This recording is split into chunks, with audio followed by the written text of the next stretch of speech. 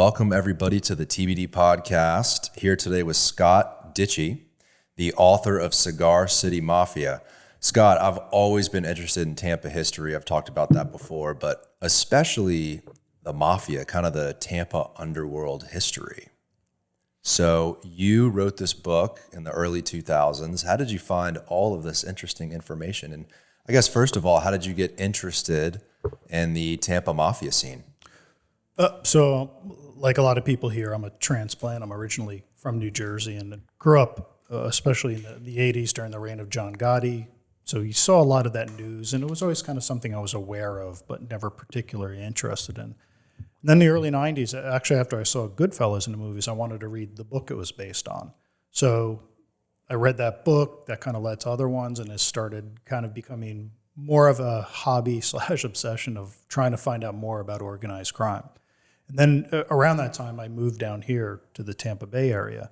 And I'd say probably mid-95, I was online, and there was this Mafia website that was pretty much like a text website. You had to scroll like forever to get to stuff. And I started corresponding with a gentleman who's a historian in England, David Critchley.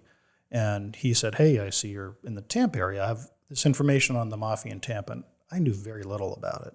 So he sent me all this information, like a packet, photocopies of stuff. And I started reading these stories of gangland killings, wide open gambling, prohibition era. I'm like, this is pretty interesting. So that kind of started me doing more research. I always liked writing. And then somewhere along the line, like 97, 98, I'm like, I think I'm going to write a book. Can't be that hard. Did you always have ambitions to be a writer? No, not at all. I mean, I have and this now even is just a side thing. I have a full-time career, but I always liked writing, but I always thought I'd do like short stories or novels, and never thought I'd like be so into nonfiction. Mm-hmm. Yeah, this is, I guess the subtitle is A Complete History of the Tampa Underworld. So it's really not so much as a story as like almost like a documentary style historical account of kind of how the Mafia came to be and obviously how it ended here in Tampa. Yeah, it's an overarching picture of kind of the history of the Mafia. And I kind of meant it that way. And then people can go in and, dig down other rabbit holes if they want. So I wanted to kind of hit, kind of a broad range, kind of give like that 10,000 foot view of how organized crime developed here, during its height, its reign, and where it eventually ended up. Amazing. And then kind of spawning from this book, there's been several others written as well on this same subject. So you've got Hitmen. Is that your most recent book? Yeah, that just came out last May. Amazing. The Mafia, Drugs, and the East Harlem Purple Gang. Now, this is not Tampa-based. Yeah, no. My first couple books were Tampa-based, and then I started expanding outward to other areas, like Garden State Gangland, a book I did about Jersey. But I still try to tie in Tampa where I can, because part of that is that Tampa had connections to a lot of these other cities. It's interesting too is how those connections, again, people don't realize how connected the Tampa Mafia were to New York, how they were connected to New Orleans, how they were connected to Kansas City and Chicago. So even though I'm looking at different subjects now and kind of looking at different areas that haven't been written about outside Tampa, I always like to tie those threads back there, because I think it really gives a complete picture. And as we were talking about earlier, I'm actually kicking around the idea of doing an updated version of Cigar City Mafia here, and probably in the next year or two, because since this book's come out, I've found so much more information that I can add and really kind of flesh the story out even more. Absolutely. The existence of the internet. I mean, this was written, you said you were researching kind of in the late 90s, early 2000s. Yeah. So obviously now that information is more readily available. I was always really interested. My family came from Santo Stefano, Sicily. And obviously when you think about American Italian culture, a lot of it's from New York and Long Island and the Northeast. I've kind of always asked my grandfather, like, how the hell did we end up in Tampa, like in this swamp down here? Why didn't we go to New York with the rest of the Italians? And kind of the consensus is like, well, there wasn't a lot of opportunity up there because it's like small fish, big pond mentality. Mm-hmm. Everyone's going to New York. And there was some opportunity down here with the cigars and business and manufacturing. And so some Italians came down here to Tampa. Is that why there's a kind of a connection between New York and Tampa? Because a lot of those people maybe took the same boat over and ended up where they ended up. Yeah, absolutely. There's some guys that kind of rise to prominence here in organized crime and in New York that come from the same villages in Sicily. And you also see that connection with New Orleans, which was another southern port city that had a large Sicilian population. So in those early years, early 1900s, there are some of these criminal ties because they grew up in the same village or neighboring villages. So that, to your point, that's why in the underworld there are those connections there. And then as the mafia gets bigger, overall, they just start doing business because you start bumping up against each other and, hey, I'd like to do business there, here, that kind of thing. So kind of criminal arrangements. Right. And then I kind of grew up in Sarasota from when I was 11 years old until college, born in Tampa, but moved to Sarasota when I was 11. And I noticed in the book it talks about Sarasota. A lot of those guys had warehouses down in Sarasota. What was kind of the connection between this kind of Gulf Coast of Florida and then the other side of Florida? You look over there and there's the Fontainebleau Hotel and there's certain organized crime influence there. And obviously Miami getting into the 70s and 1980s. And how did Florida, I guess, as a whole play a role in organized crime?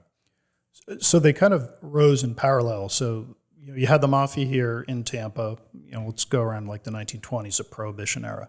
Miami's still a pretty small city at that time. And infrastructure is not great, so it takes a while to get over to Miami. So Miami kind of develops as what they called an open city. So what that meant was that mafioso from anywhere could go operate in Miami. So it wasn't under the auspices of the Tampa Mafia generally. So you had guys like Meyer Lansky and Lucky Luciano, Al Capone. They all kind of go down there in Miami. Capone does spend a little time in St. Petersburg, but Miami's kind of where he eventually has a second home. So Miami develops as this kind of open city, but as Tampa gets bigger and more powerful, they definitely have a bigger seat at the table in Miami. So they're able to leverage some of that connection. And because they had, control here in the Tampa Bay area and going down to Sarasota, like you mentioned, that kind of gave them a little bit of a larger presence in Miami than guys from the north that were coming in. And eventually plays into how the Tampa Mafia were so big in Cuba. Seems like too, in the Northeast, I'm assuming there was a lot of eyes on the mafia, right? There's just more people in general up there, more police, more federal eyes on you. I would imagine back, in the 1920s, Florida was probably just like the Southern Wild West. You could kind of come down here and get away with probably a lot more than you could in New York. So is that kind of how the original organized crime grew here? Because maybe there wasn't as much watchful eyes? Well, I'll take it back just a step. You start seeing the emergence of what we call the mafia, the Sicilian mafia here in Tampa in the early 1900s, but there's also other kind of organized crime. And in fact, by the time Prohibition starts, the guy who's in charge of organized crime in Tampa is not a Sicilian mafia guy. He's the son of one of the most prominent families in Tampa. His name was Charlie Wall. But what was interesting, and one of the big reasons that the mafia kind of started growing here, especially during Prohibition, is you had Port Tampa Bay, which had this really thriving agricultural trade with Havana. And whereas you're getting tobacco and agricultural products, things like that, post-1920, that starts to become rum and liquor that's being trafficked through Havana.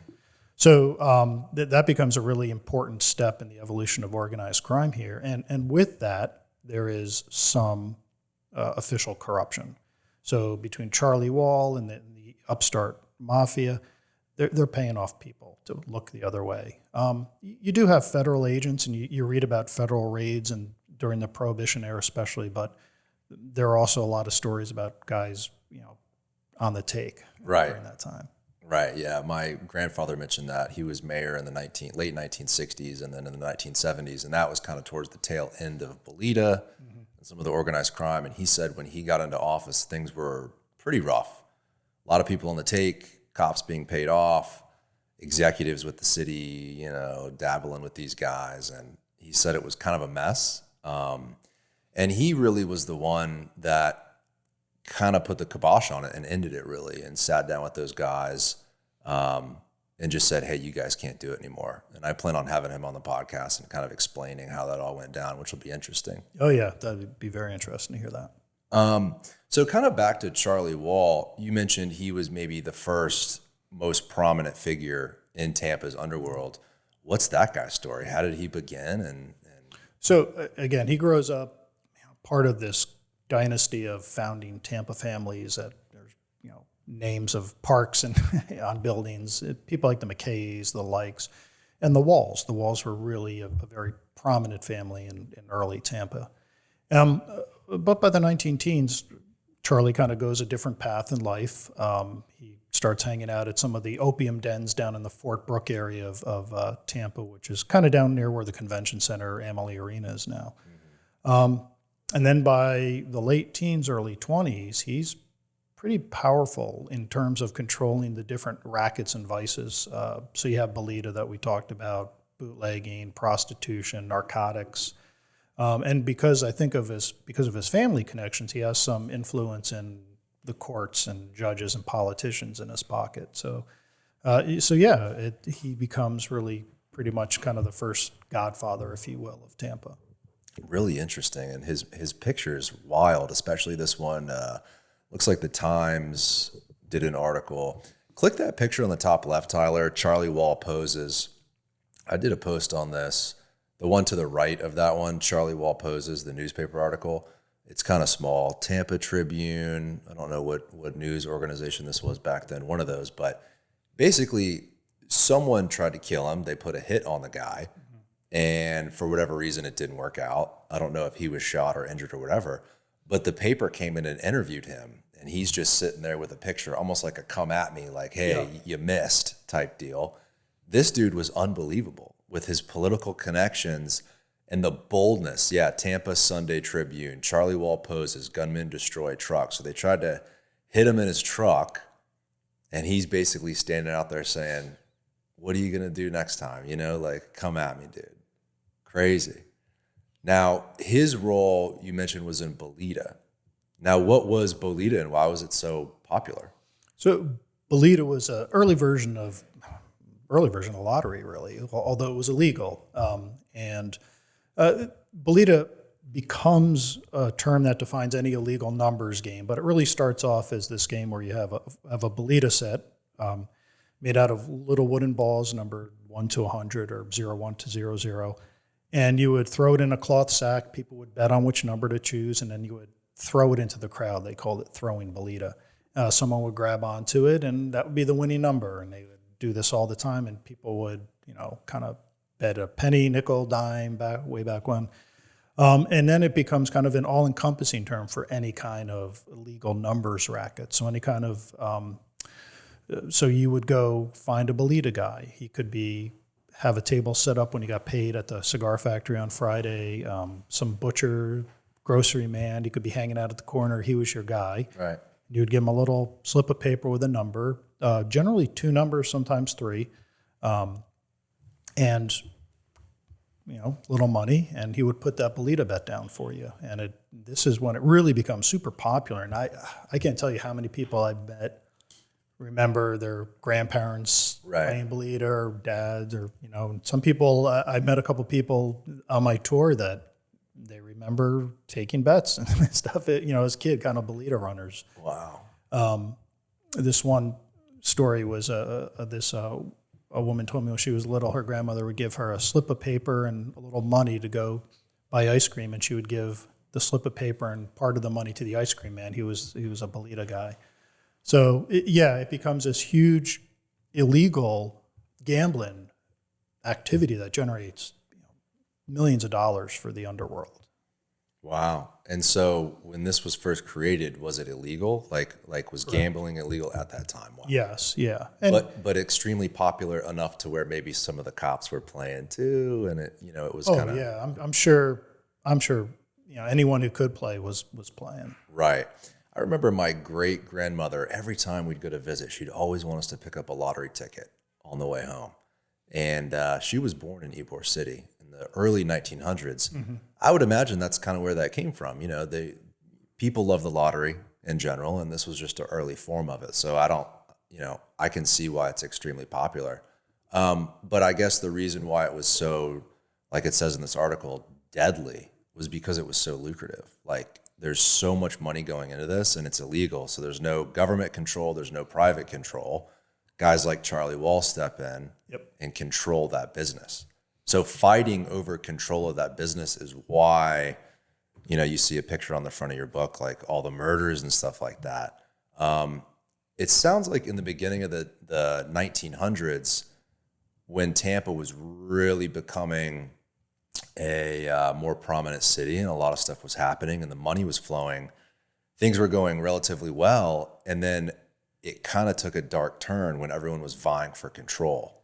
And that's when the bloodshed started and Charlie Wall being murdered, and kind of talk about that part of that dark history where people are getting gunned down in their vehicles and stuff like that. Yeah. So there were some murders early on in the 1900s, 19-teens. It was predominantly really insular and among like Sicilian mafioso guys that were emerging here. But kind of what you were referring to starts in about 1928. And there's kind of two eras. There's 1928 to 1940. You have this spate of gangland killings, attempted assassination, shootings, most of which are happening in Ybor City. Most of them happen like right out in the open. And this is a war for control of Bolita and the other rackets. And there's kind of a few different factions, but really it's kind of the mafia versus Charlie Wall and his operation. So you see guys from both sides getting gunned down. That kind of ends in the fall of 1940. The head of the mafia at that time is killed just outside of Ybor City. So the 40s get a little bit of quiet. Then in the 50s, you start this another spate of violence, some internal factionalization in the mafia family and some other house cleaning killings. But this kind of collective era from about 1928 through about 1959, it was termed by the newspapers as the era of blood, and got a lot of media attention. You would see the Tampa Tribune or the Tampa Daily Times. They would have front page news about the latest gangland killing for weeks, months on end. These were really big news articles. And a part of that reason was Tampa was still pretty small. I think it's in between 50 and 60,000, between 50 and 59. So it's still kind of a small city. And it makes national news for sure. Now you can go in newspapers like Humboldt, you'll see like it gets picked up by the AP Wire, and there's stories around the country of these gangland killings in Tampa. Why do you think that there's so much prevalence on guys in Chicago and New York and the mafia? This to me is just as interesting, just as wild, and just crazy. Why do you think there's so much, I guess, pop culture coverage, books, movies, etc., on the Northeast and on the Midwest with the mafia versus Florida? Florida to me has just as cool a story as any place.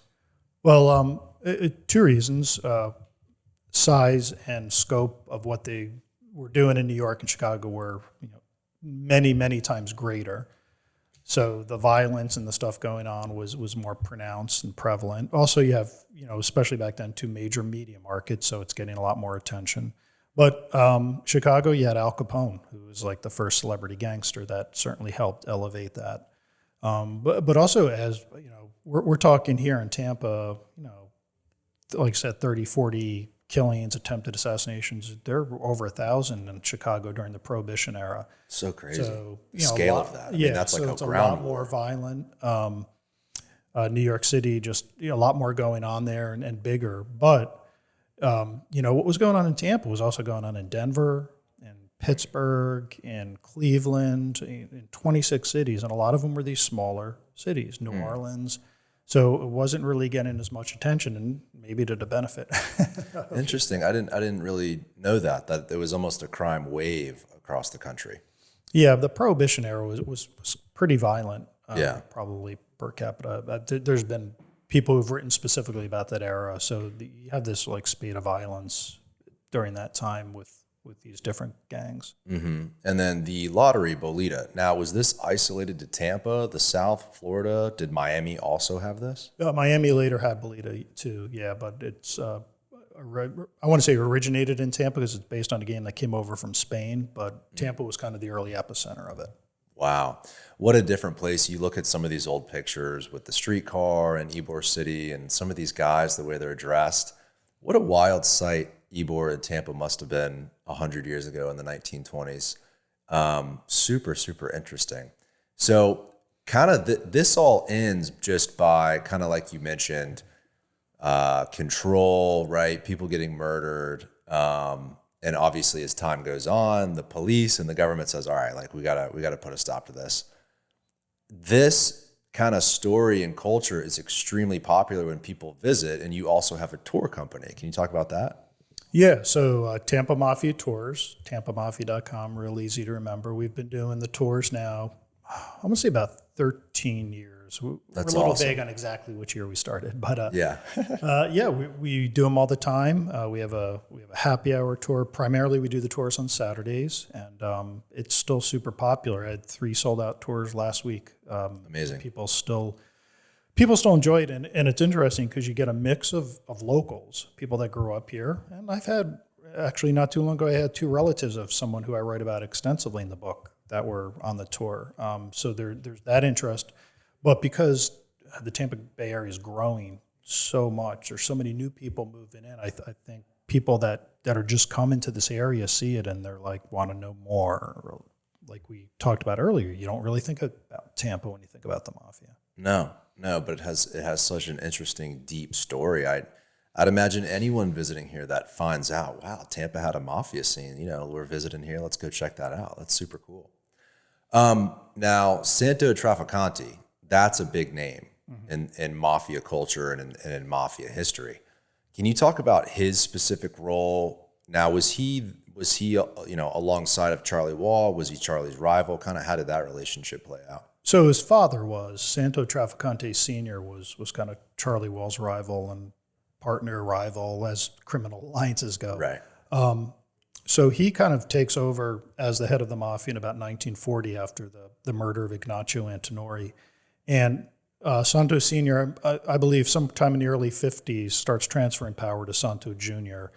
And basically that's the time where the Tampa Mafia really get to that next level. They start really establishing connections with mafioso in other cities. They start investing in Havana, Cuba. And then by the 1950s, Santo Trafficante Jr. becomes, maybe more in the 60s, but becomes known in the newspapers. You see his name a lot more. He's implicated and, subpoenaed for potentially being part of a murder of Albert Anastasia in New York in 57. He's arrested at the Appalachian meeting. He starts showing up a lot more. He becomes more of a known entity, but at the same time, he's becoming even more powerful as a mob boss and becomes kind of one of the, much smaller family. He's not going to be competing against New York, but he has a lot of outsized influence for how big his family was. And those guys coming down from New York, like we mentioned, there's ties between kind of the Northeast and Tampa. The guys coming down here, I would assume, get with Mr. Trafficante. Yeah, especially in Miami and Right. Cuba too. And Trafficante, next to Meyer Lansky, probably was the most influential mobster in pre-Castro Cuba. My grandfather always told me the Tahitian Inn was an old hangout for these guys.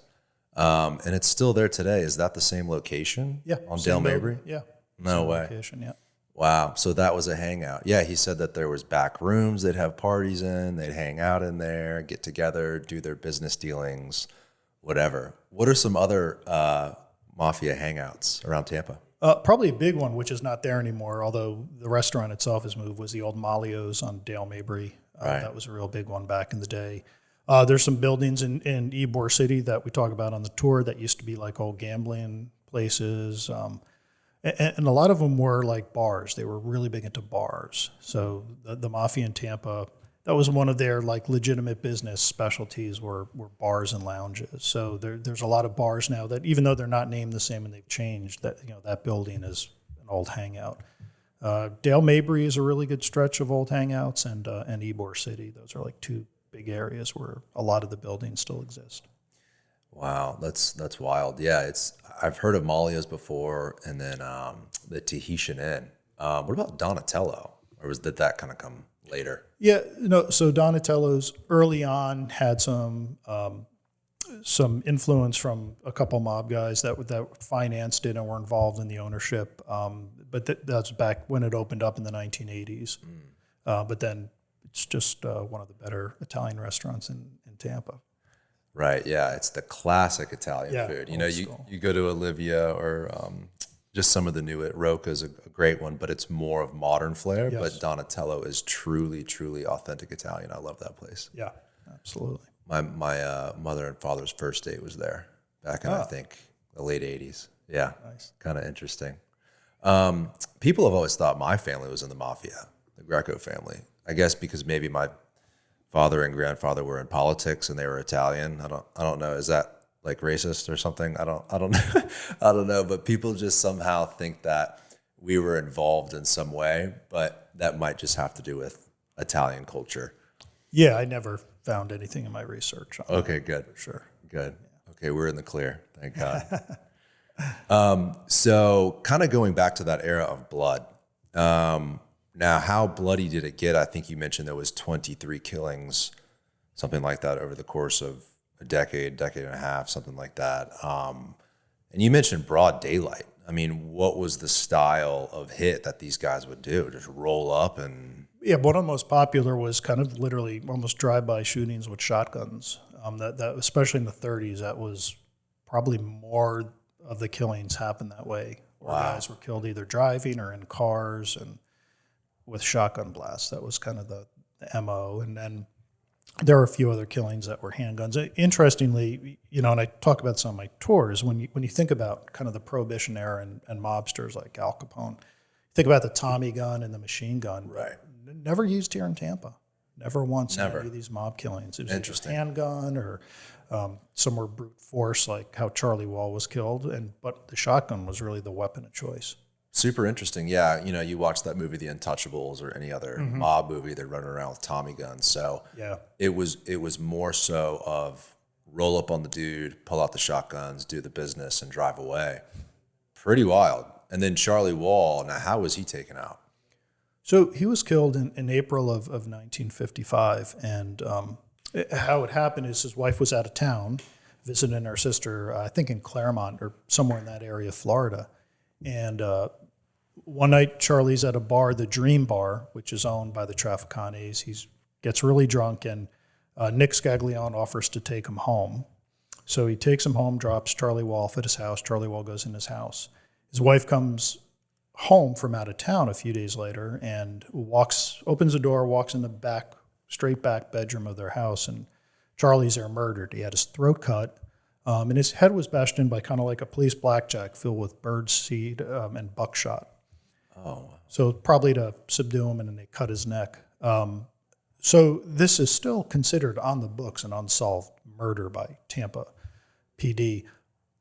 But it was most definitely mob related. And what it was just years of grudges that Charlie Wall had and the Mafia had amassed between them.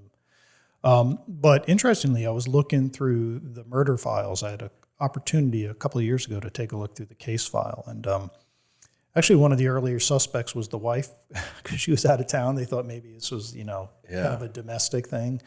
But I talked to a couple cops who have since passed that were active back then and worked the case. And they said it was most likely a Mafia hit. And it was somebody he knew because he let them in the house.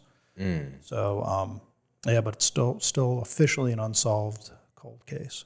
wow. That's really crazy. I mean, I would imagine the sentiment just of the citizens, they were probably scared.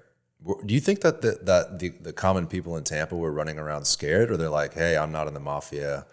I just enjoy Bolita. I'm not afraid to get taken out. Yeah, and I talked to people that were around during that time, and they said it was kind of happening Isolated, here. yeah. Isolated. Kind of like today, in some inner cities, there's crime, and then there's some of the areas of town that don't have that. So I guess similarly, it was the same type of deal. Wow. So Charlie Wall gets murdered. People are rolling up to you with shotguns, stuff like that. Was there a tipping point where someone was killed and it kind of cut the head off the snake in terms of power control? Was there a power shift at all in these murders? I think in 1940, when Ignacio Antinori is killed and Trafficante moves in, he's kind of coming with more backing, and he's able to kind of push Charlie Wall to the side. So that was a killing. I think that shifted power. And then the killing that's on the front cover of my book, the killing of Jimmy Lamia in 1950, kind of solidifies the Trafficante's hold on the Mafia here in Tampa, kind of a little bit of an internal power struggle for control. So yeah, there were a few, and Trafficante himself, Trafficante Jr. was shot at in 1953. He was shot in the arm, so he wasn't immune to potentially being the target. But by the 1950s, the Mafia really gained most control, and then their 1960s pretty quiet in terms of any kind of violence in Tampa. Interesting. Yeah, this picture on the cover of your book here, who's the guy in the background? Is that a police officer? Yeah.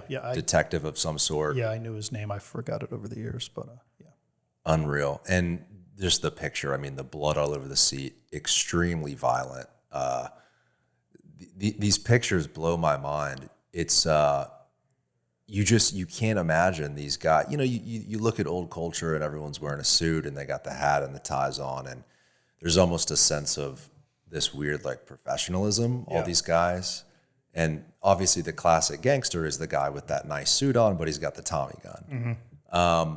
And that's in Chicago and New York. Was it the same type of kind of vibe here where everyone's dressed up, shooting each other? I mean, it's the same look, or maybe because we're in Florida, people are hanging out in flip-flops? No, I don't think that was the case. But actually, it's funny. I was reading about not too long ago, doing some research into a killing that took place in August of 1919, so August. And the guy was wearing a three-piece suit. Right. Yeah. But you see in the 50s, they No air short conditioning. sleeve shirts and stuff. Yeah. But some of them are really well dressed. There's some really good pictures of Santo Trafficante Jr., especially in Havana. Then later when he moves to Miami, dressed really nice, the nice suit and everything looking good. So I think, a lot of them you would see like that sometimes. And then there's some really good pictures of guys like they're being rousted out of their bed in the morning for an arrest, and they're all like looking disheveled and everything. Yeah, it's kind of funny how those outfits just played a role. No track suits down here though. Yeah, no, not at all. Right, it was a different, I guess, culture. Do you know Max with Ybor City Walking Tours? Yeah. Yes. Great guy. Yeah. I had him on. He had a really interesting just history and perspective on this city and all that. He was telling me that a lot of these guys, these cigar rollers, were very wealthy. They ended up making a lot of money, and even the actual workers, the ones rolling cigars, were wearing three-piece suits. Did the cigar industry play any type of a role in the organized crime at all? So it was kind of always around it. So in fact, if you look at like the old census records of Santo Trafficante Sr., he lists his occupation as cigar worker. So I think a lot of them were involved in the legitimate side, and some of them worked in it. There was a spate there in the early 1900s when cigar factories were being robbed. In fact, if you go to the J.C. Newman factory, they can show you the back staircase that the management used to use to get away. So there were some ties. They would sell Bolita out of the cigar factory. So I think that was a real big thing. Because like you said, that money, they would get paid, and a lot of guys would go bet on Bolita. But there was never any direct involvement with the Mafia in the ownership of the factories or involvement in like the unions. And I think part of that was because, especially by the 40s and 50s, when the Mafia came to power, they were looking at other avenues. And even though the Mafia, you mentioned before, in the Northeast, Chicago, Detroit, heavily involved in labor unions, that wasn't as big of a case here because there weren't many big labor unions in Tampa. So that labor racketeering, that labor aspect didn't come till a little bit later. And that was primarily out of Miami. Okay. So Bolita was really the driving force, also the prohibition of alcohol. And then the labor piece of it didn't really take an effect on the Mafia here in Tampa. No. So, Bolita, illegal gambling, definitely the biggest moneymaker. Prohibition until that ended in 1933. Narcotics. Mob guys involved in narcotics operations here out of Tampa and Ybor. That was another big moneymaker. One of the big myths about the Mafia is that they are not involved in drugs. nothing could be further from the truth. Well, in a weird way, it almost seems like a gentleman's organized crime operation. Again, right? They're in suits, they look professional. Gambling, it's not so dirty. Yeah. But they were involved with narcotics. There were some guys, yeah, not all of them. I mean, there were guys like that were just gamblers or just in that. But yeah, there was definitely some involvement in narcotics, and it starts up in the 1920s during Prohibition era. They're bringing in drugs from Havana. What kind of narcotics back in the early Heroin. 1900s? Oh, really? Heroin, morphine. Wow. Some marijuana wasn't super popular. It's not as they didn't write as much about marijuana. It was really, from what I read, in Ybor City, it was primarily heroin and morphine. Now, this is a ton of information, Scott, and we were kind of mentioning before the show how you dug up some of these specifics. You've mentioned looking at some police case records, talking with individuals that may have been still alive 20 years ago that were involved in this. Man, it seems like a ton of information to dig through. And, you starting in the late 90s and the book releasing in 2004, it doesn't seem like a lot of time, but the book is so extensive. Are you just a flood of information? I mean, how did you learn all this so quickly? Yeah, so a lot of it was trial and error about how to get the information. So I started with material. I would go to the library and go. Some of your older viewers might remember microfiche, where you have to literally look through this thing and crank the wheel for old newspaper articles. So kind of I would follow little threads or breadcrumbs. If I get a date of when a guy's killed, all right, go look up the newspaper. What else can we find? Can we get his mugshot? Do they have the police records for it? And back then, the internet didn't have all that on it. This was still in the first, 5-6 years of the internet really starting to become popular. So you had to go to the National Archives to look through their stuff. You had to go to the Tampa Tribune to look through their archives. You had to go to the library to dig through old newspapers and files. So it was more time consuming. It was fun for sure, especially when you found something good. Right. A lot of that now is available and accessible online, which makes it so much easier and so much quicker to do research for sure. Right. Yeah. And then obviously time passing, right? This came out in 2004. And then you mentioned you're working on a second book. Is there anything in your book, Cigar City Mafia, that you found out to not be true, or maybe the story was a little bit different? Yeah, a few of the murders maybe didn't happen exactly like I wrote them, and not in the way like they didn't die that way. They did, but might have been tied into something bigger. One murder in particular, found out a couple of years ago, might have been tied into the mob in Chicago. So it's not really changing anything, but expanding on it and kind of fleshing it out more, and showing how some of these murders, like one here and one here, over a 5-year period in Tampa, might have actually been connected. So it's just a lot of stuff that's filled in. And the other thing too, it's pushed the murders back earlier. Like as I mentioned before, the early 1900s, I started finding more stuff out, pre-Prohibition era that was going on here. So yeah, I'm still kind of figuring out what I want to do, and it's not going to be a full rewrite, maybe just an update, add some additional stuff in there and really flesh it out. You ever thought about moving into a fictional story? No. I'm so used to writing nonfiction now. I think that'd be difficult for me to do. It just seems ripe for a movie, almost like a Al Capone style movie of Charlie Wall, how he came to be. I mean, his story is like a movie. Prominent kid, probably could have been the mayor of this city, and just turned to a life of crime. And really one of the biggest gangsters here was Charlie Wall, right? Yeah, sure. Absolutely. Kind of going back, the clubs here, the Italian club, did they play a role in protecting the mafia and having those connections, or were they like, look, those are the bad Italians, we don't want anything to do with those guys? Yeah, I think the latter. You never saw any kind of illegal activity. Now, the guys in here were members of the Italian club and right. were involved in it from that end, but there was never any, they didn't run stuff out of the club. They didn't, So yeah, I think very much the latter, where it was like, hey, we're legit. You guys do what you do out there. I mean, you look at the Italian club in Ybor City, and I'm not going to lie, it looks like a mobster headquarters. I mean, it literally does. So they try to separate themselves. Obviously, my grandfather told me that, by the time he was in office and he met with these guys to try to completely put it into this, they said something along the lines of like, how can you do this to us? Like, we're family type deal.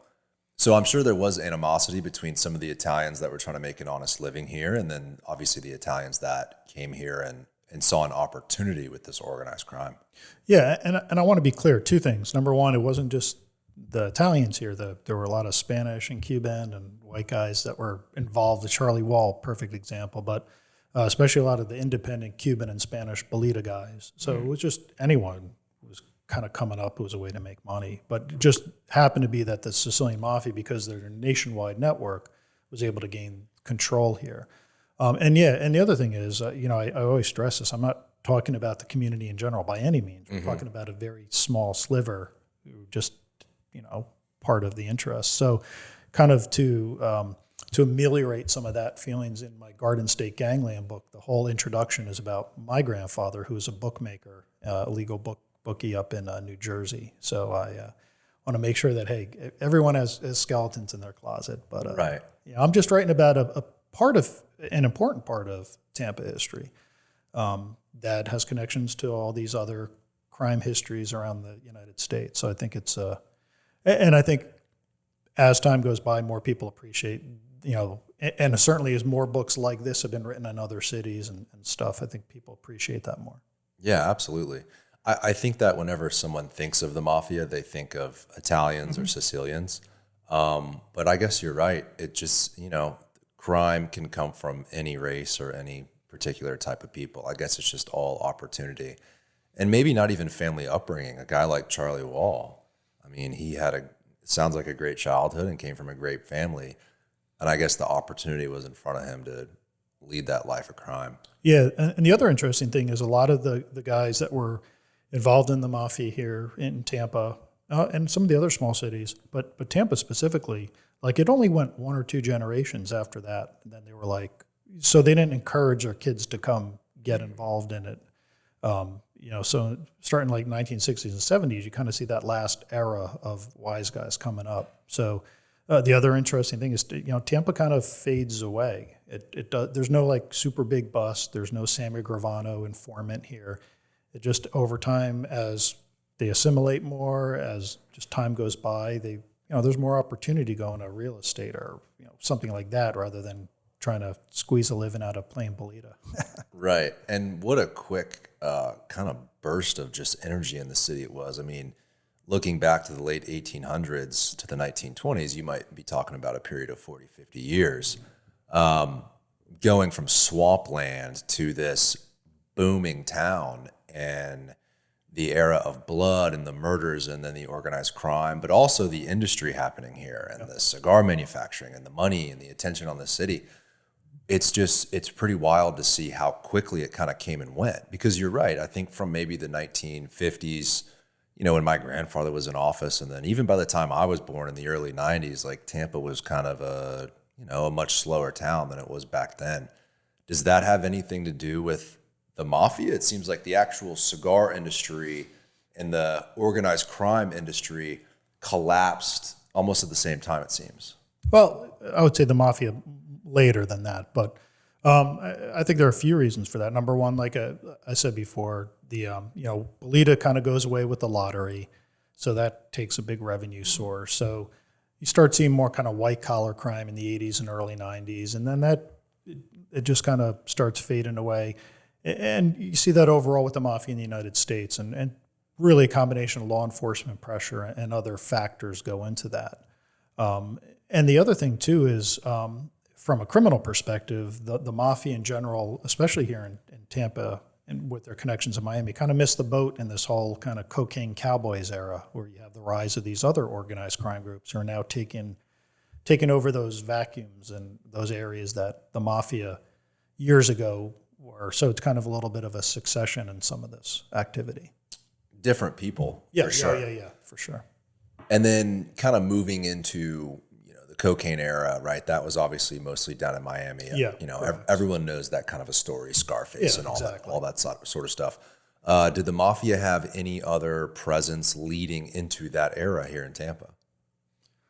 Yeah, I mean, there was another kind of spate of violence in the 70s, and your grandfather could probably attest to that. It was around the time he was heavily involved, which culminates in one of the few times that a law enforcement officer is killed by organized crime in the United States. Was the killing of Richard Cloud, who was a vice cop here in Tampa. And that really kind of opened up this huge kind of a law enforcement focus on what was still around mafia-wise in Tampa. So, yeah, the 70s kind of show up as this other violent era, if you will. It was, the 30s, 50s, 70s, like every 20 years. Seems like that, yeah. Yeah. Yeah, wow. Wow, amazing. So into the future, you kind of mentioned that you didn't want to write maybe a fiction book, something like that. I've always thought it would be really interesting to have fictional stories about Tampa become more prevalent now that there's more people moving here. I think a lot of what makes a city is that history and culture. When you think of Boston or New York or Chicago, certain things come into mind. I think Tampa really has a cool history and culture to be explored.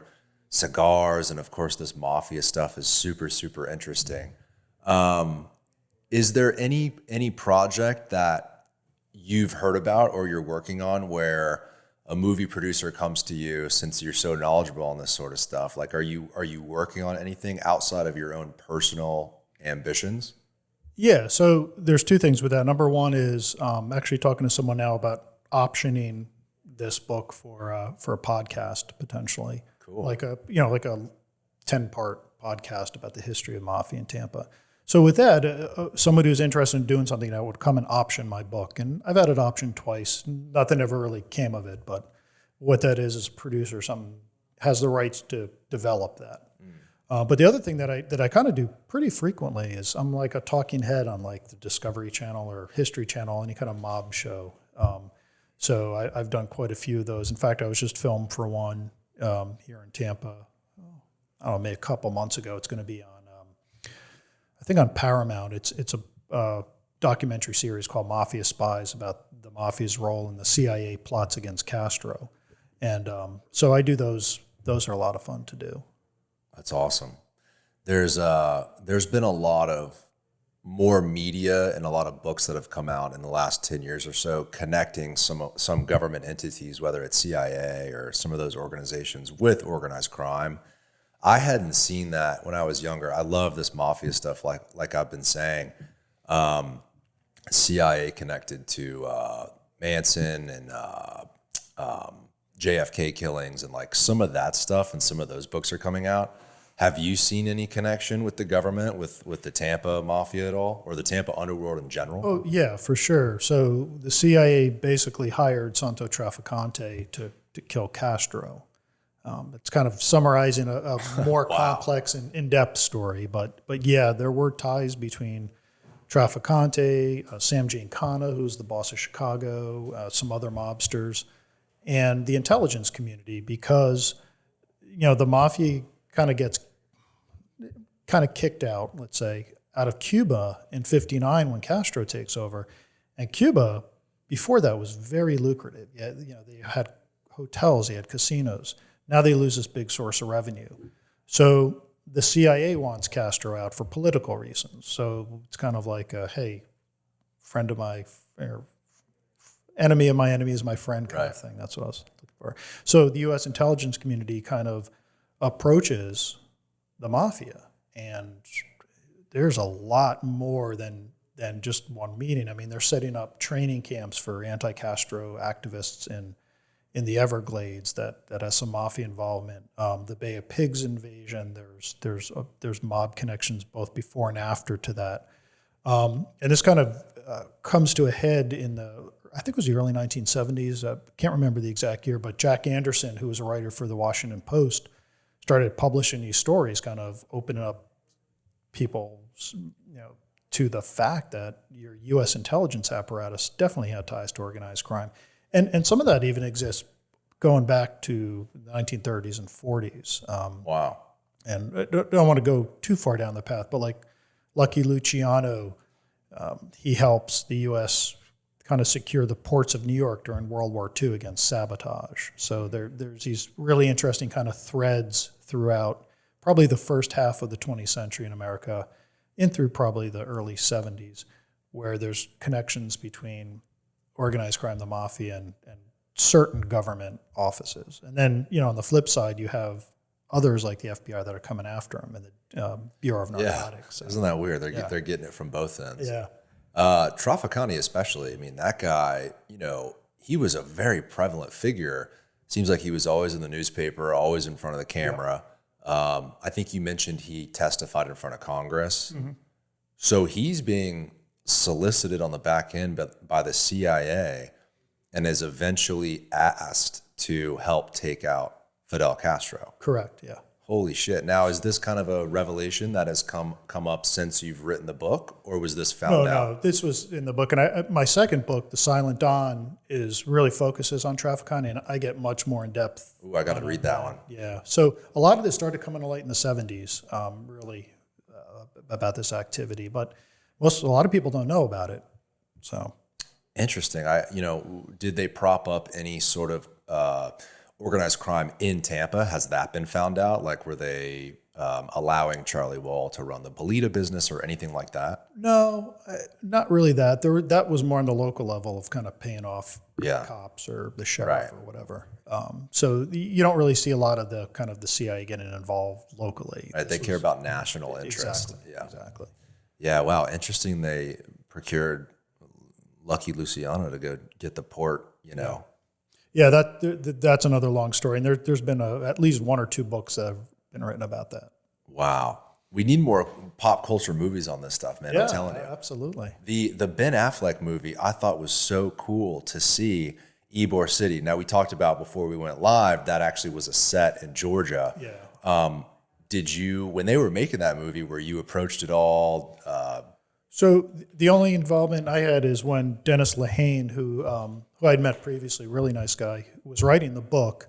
I gave him a tour of Ybor, showing him the old gangster haunt, so he can kind of get a little bit of a flavor. So I got a nice acknowledgement. Oh, awesome. So, yeah. That's cool. I love that movie. I thought it was so interesting. Kind of a shame they didn't shoot it in Ybor City. Do you know why they didn't? Tax incentives. It was 100%. Yeah, Georgia had tax incentives for movie production, and Florida didn't. So I think we need to change that. We've been talking about it for a long time, but I don't know. Got other things going on, I guess. I guess so. Yeah, it was really cool to see how they set up Ybor City. They had the little train station and 7th Avenue, and the uniforms look awesome, and Tampa PD's there, and I thought that was really, really cool. To my knowledge, really the only movie that explores that specific Tampa Underworld. Exactly, yeah. And we've talked about, too, it's in other movies. I know Goodfellas has a mention. Yep. They come down to Tampa to I don't think they call it the Lowry Park Zoo. In fact, I think they changed the name. Now it's Zoo Tampa. Yes, yeah. But it says in the movie, like, the Tampa Zoo, and they're burying the guy. And what other movies is Tampa in? Tampa Mafia movies? Donnie Brasco, the movie with Al Pacino, Johnny Depp, came out in the mid-'90s. The Florida scenes in the movie take place in Miami, but in reality, it's based on a true story. It takes place in Newport Richey, where the FBI set up an illegal casino to ensnare members of the New York Bonanno family and Trafficante. They're unsuccessful on getting Trafficante, but they arrest these other wise guys, and there's an undercover FBI agent involved. It's a really good movie. The book's even better, but they missed an opportunity to set that in Tampa. But there's another movie, not specifically mafia related, but kind of organized crime, Medellin drug cartel, Pablo Escobar. There's a movie called The Infiltrator with Bryan Cranston. Came out, I think, in 2016-ish. And that's based on a true story. It happens in Tampa. And they filmed it all in Tampa. So you can see all these great shots all over Tampa and St. Pete Beach and other areas. That's awesome. It seems like forever when people think of organized crime in Florida, Miami is what first comes to mind. For sure. And maybe that's why filmmakers just throw Miami at it. Maybe we know it was Tampa, but people don't know what Tampa is, Yeah. I think it's market. Yeah, exactly. It's branding and marketing on that. For sure. But really, Tampa kind of had that prominence. Like you mentioned, when a lot of this stuff was going on in the 1920s and even before that, Miami was a much, much smaller city than Tampa. Yeah, for sure. And then New Orleans, people don't realize how much of an influence that city had, even as late or as early rather as the late 1700s. I mean, in the late 1700s, New Orleans was a happening town. So there's really good evidence that the mafia in the United States, the first city they were active in was New Orleans, because of, like you said, it's an older city, had this thriving port there. But, you know, people think New York City is where the mafia started in the United States, but there's been some really good stuff written about how New Orleans is most likely the origin of the mafia in the United States. Wow. Interesting. It's pretty crazy, too, thinking about the FBI literally setting up an entire illegal gambling, casino, basically, and trying to entrap these guys. The national effort to not only entrap these guys on the FBI side, but then the intelligence side, the CIA coming in and trying to influence them for national interests, like the push and the pull, and then the violence added to it. How prevalent was this, at its peak, which you kind of mentioned was like 1920s, 30s in Tampa? How prevalent was it just as a citizen? You see the newspaper, another gang killing, whatever. It just seems like this is such a huge operation, not just for the actual mafia, but for the police and the cops and the FBI. And it's like the spider web of craziness. Yeah. So keep in mind, the FBI really don't get involved till the 60s. So the 20s is really more local, police, local, and sheriff and state involvement as well, 20s and 30s. So I think, just talking to people that grew up in Ybor, even a little bit later on, they always kind of knew it was there. It was part of growing up in Tampa. Never necessarily affected their life, but I remember seeing Santo Trafficante at this restaurant when I was a kid. So they always knew it was around, it was there, but it wasn't like, it was just kind of part of growing up in Tampa at the time. So I think it was kind of there in the background almost, if you will, unless you were involved in it. It really didn't affect you, but you knew it was there. Right. Does now you have the website Tampa Mafia. Yeah. And this is where people can find your crime tour, which is so cool. I got to do it. But do you have a physical location, like a museum of some sort, or is there one in Tampa? No. So I'm on the advisory council of the Mob Museum in Vegas, which is just celebrated its 10th year last year, its 10th anniversary. An amazing institution, the first and only it's not the first, but it's the biggest dedicated museum to organized crime and law enforcement. And I've been fortunate enough to have been involved with them for a long time and donated actually a lot of stuff that I had accumulated over the years to them.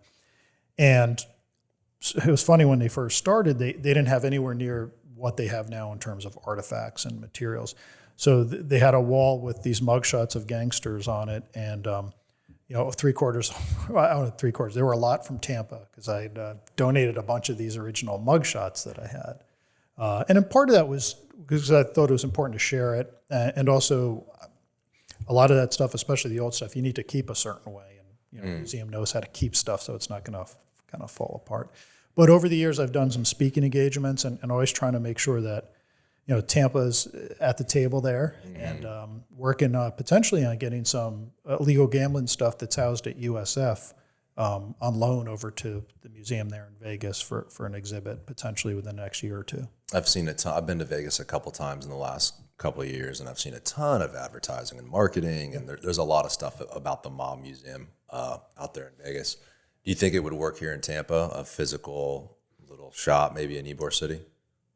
I don't know. They have the Ybor City History Museum. I think if they wanted to do a little bit, add a little exhibit. Like you go to the History Center downtown, which is an amazing museum. They have a Bolita set there to show. So there are a few of the Bolita sets around still. So, but I think we have between the Ybor City Museum and the Tampa History Center downtown, pretty great museums here for history. Yeah. So it's if people want to learn more or get the information outside of the tour, outside of looking stuff up online, there is availability like physically here in town. Yeah. Well, listen, Scott, this was super interesting. I really appreciate you coming on. Thanks for having me on. Absolutely. Everyone, go pick up Scott's book, Cigar City Mafia. Where can people find the book? Barnes & Noble, Amazon, a lot of the local booksellers here. Still Anywhere you buy a book. Anywhere you buy a book. Amazing. And then you've got your newest book out now. Hitman, yeah. Amazing. And then if people want to find you on your website, tampamafia.com, that's where you can book the crime tour and find more information about that. Yep. And then do you have any sort of a social media with content like this? Yeah, so you follow either myself or Tampa Mafia, kind of both, Instagram, Twitter, Facebook. And what are those tags or handles people can look up? Yeah, Tampa Mafia. At Tampa Mafia? Tampa Mafia. Tampa Nice. Mafia tours on Facebook, Tampa Mafia on Twitter and Instagram. Amazing. Well, Scott, I appreciate it. Thank you for doing this. Absolutely. Thanks for having me. All right, everyone. Bye-bye.